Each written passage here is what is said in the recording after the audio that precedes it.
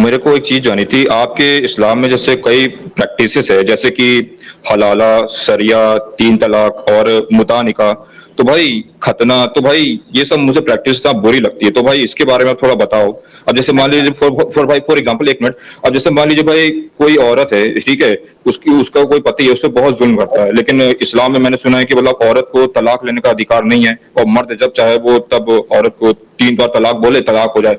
तो भाई ये सब, और भाई खतना, हलाला, सरिया, मुताने का, तो भाई आपके इस्लाम में थोड़ी प्रैक्टिसेस लगती है, मुझे थोड़ी ठीक। खराब लगती काफी हद तक। तो भाई इसके बारे मैं में आप थोड़ा बताओ मुझे। मैं समझाता हूं, मैं बताता हूं।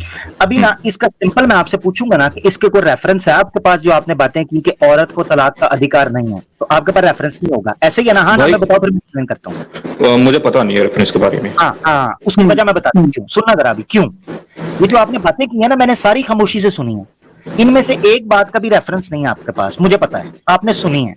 उसकी वजह यह है कि हम इंसान जो है ना, आपकी बात नहीं कर रहा, मोस्टली जो सुन रहे हैं यहां भी, कोई सनातनी भी सुन रहे होंगे वो भी, कोई मुसलमान भी सुन रहे हैं वो भी, ये ह्यूमन साइकोलॉजी है कि ज्यादातर हम किसी चीज को सुनते हैं ना, तो उसको सुनने के बाद वही राय कायम कर लेते हैं, हम कहते हैं ऐसे ही होगा, जबकि ऐसा नहीं है।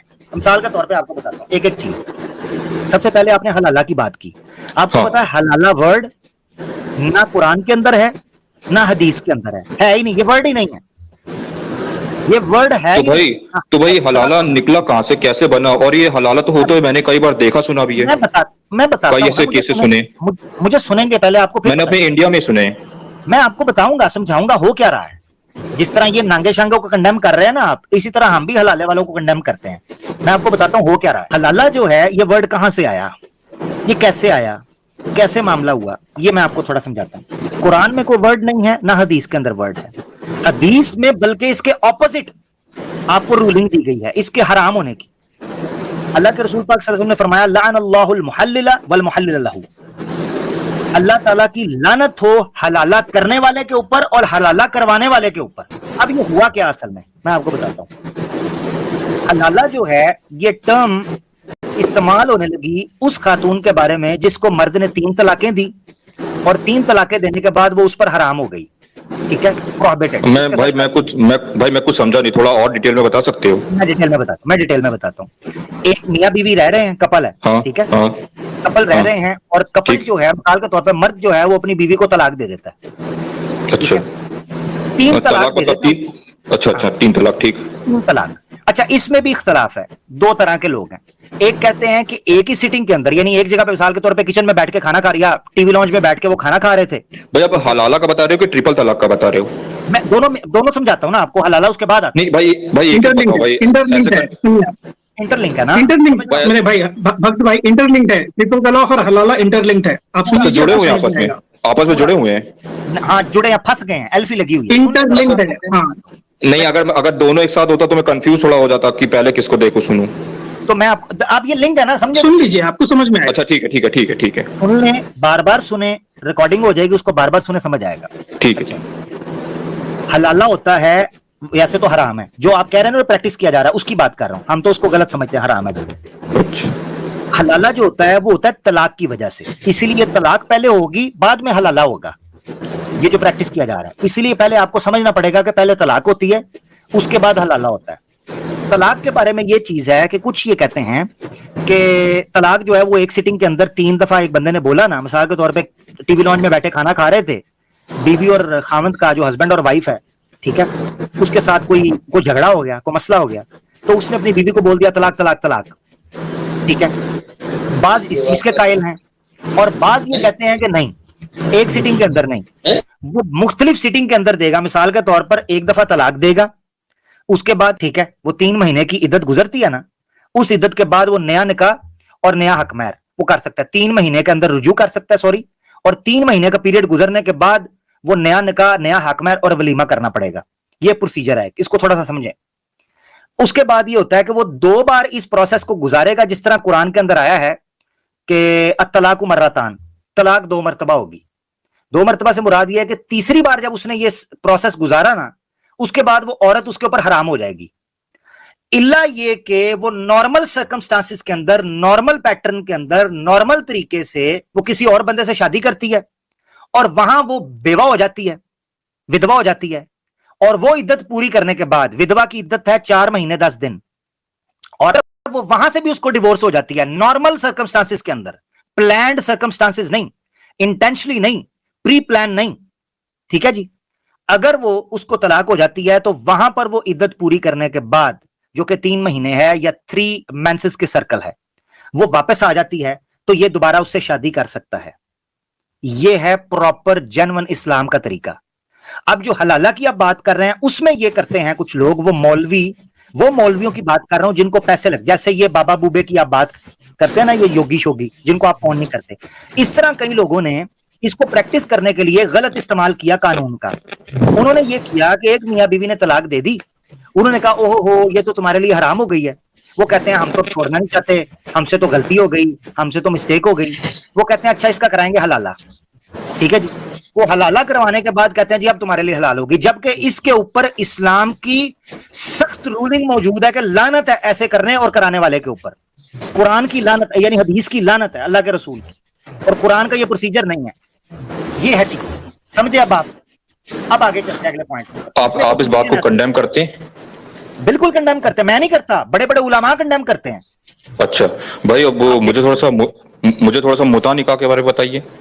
हाँ, अब आ जाते हैं दूसरी चीज के ऊपर, ठीक है। एक मिनट आमिर भाई एक मिनट, इसके रिलेटेड को रिलेटेड आपके पास नियोग है, इसके बारे में क्या बोलेंगे आप? इसके ऊपर भी थोड़ा ध्यान दीजिए। हाँ, इस पे भी बोल लें।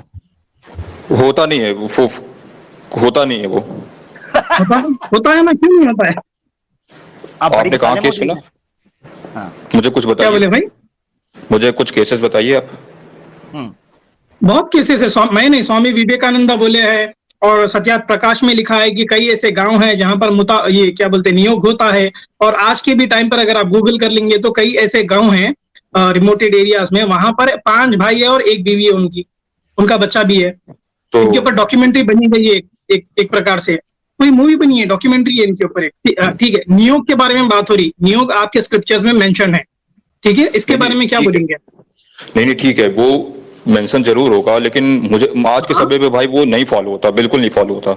हाँ, तो लात, आप यही बोल रहे हैं, हम यही बोल रहे हैं भाई, आप अपने ग्रंथों को लात मार चुके हैं, आप फॉलो नहीं करते, पर वो स्टिल मौजूद है ना किताब में। अगर आप किताब खोलकर पढ़ेंगे, आपकी माँ, बेटी, बहन जो भी खोलेंगे वो पढ़ेंगे ना, तो वर्सेस के क्रॉस में आएंगे ना वो लोग। अच्छा एक मिनट, मैं महाकाल वेद को मानते हो? हाँ, वेद, हाँ मानता हूँ। वेद को मानते हो? ऋग्वेद के अंदर एक मंत्रा लिखा हुआ है, मैंने पहले भी पेश किया था, मैं दोबारा तुम्हारे सामने पेश कर देता हूं। उस पर स्वामी दयानंद सरस्वती साहब ने उस वेद को कोट, और स्वामी दयानंद सरस्वती साहब 1000 साल पहले नहीं आए, ये 1875 यानी 19th century, in the late 19th century के वो हैं, ठीक है। मैं तुम्हें एक रेफरेंस दिखाता हूं वेद का, जिसको कोट करने के बाद उन्होंने न्योग को जस्टिफाई किया है। न्योग को मैं तुम्हारे सामने भी रेफरेंस देता हूं। सुक्ता है 85, मंडल 10 और मंत्रा है 45, ठीक है, ऋग्वेद का। क्या कहते हैं? कहते Indra showerer make her the mother of sons plural असिंग टू हर हस्बैंड। एक औरत को कहा जा रहा है, ठीक है, यानी मर्द को कहा जा रहा है कि औरत को मां बनाए, बेटों का उसको मां बनाए, और हस्बैंड के अलावा गिव हर 10 सन्स, उसको 10 बच्चे देने हैं एक औरत को। Make her husband the 11th, और दुआ की जा रही है कि उसका जो पति होगा वो 11वां होगा। तो आप ये कहां से लाए हैं, ये सोर्स कहां से है? ये ऋग्वेद आपको दे रहा हूं, ऋग्वेद। नहीं मतलब ये जो आप जो ये ऋग्वेद दिखा रहे हैं, ये कहां से, ये सोर्स, ये मतलब किस वेबसाइट से लिखा है? वेबसाइट आप ओपन कर, भक्त भाई देखिए, मैं रेफरेंस दे रहा हूं। भक्त भाई आपकी प्रॉब्लम क्या है? आपकी प्रॉब्लम क्या है मालूम भक्त भाई? आप ये सारी चीजें पूछते हैं, आप ये सारी चीजें पूछते हैं, उसके बाद बोलते हैं कि मैं इसमें नहीं मानता। तो फिर आप अननेसेसरी सवाल क्यों करते हैं जब आपको मानना ही नहीं है कोई चीज?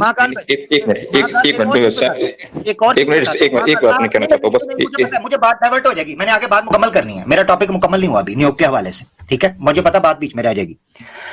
आप रेफरेंस मांग रहे हैं ना, मैंने दे दिया है, मंडल 10 है, सोकत 85, मंत्रा 45, सर्च कर ले कोई भी किसी जगह पे जाके। स्वामी दयानंद सरस्वती साहब नियोग के एक्सप्लेनेशन में लिखते हैं कि अगर 10 बच्चे नहीं हो रहे और 10 बच्चे होने से पहले खामंद की मृत्यु हो जाती है या बीवी की मृत्यु हो जाती है, तो वो बंदा नियोग करेगा और 10 का आंकड़ा पूरा करेगा, और अगर पति की मृत्यु हो जाती है तो लड़की नियोग करेगी और 10 का आंकड़ा पूरा करेगी। ये सत्यार्थ प्रकाश में लिखा हुआ है। सत्यार्थ प्रकाश का चौथा समलास है और पेज 100 है हिंदी एडिशन का। उसमें इनका चेला प्रश्न पूछता है कि एक स्त्री व पुरुष जो हैं वो कितने नियोग कर सकते हैं। उसके उत्तर में इसी ऋग्वेद के मंत्र को वो कोट करते हैं जिसको मैंने हाईलाइट किया हुआ है। आखिरी 2 लाइंस को मैंने हाईलाइट किया है, अगर आप देखें वो कहते हैं जैसे इस मंत्र में 11वें पुरुष तक स्त्री नियोग कर सकती है वैसे पुरुष भी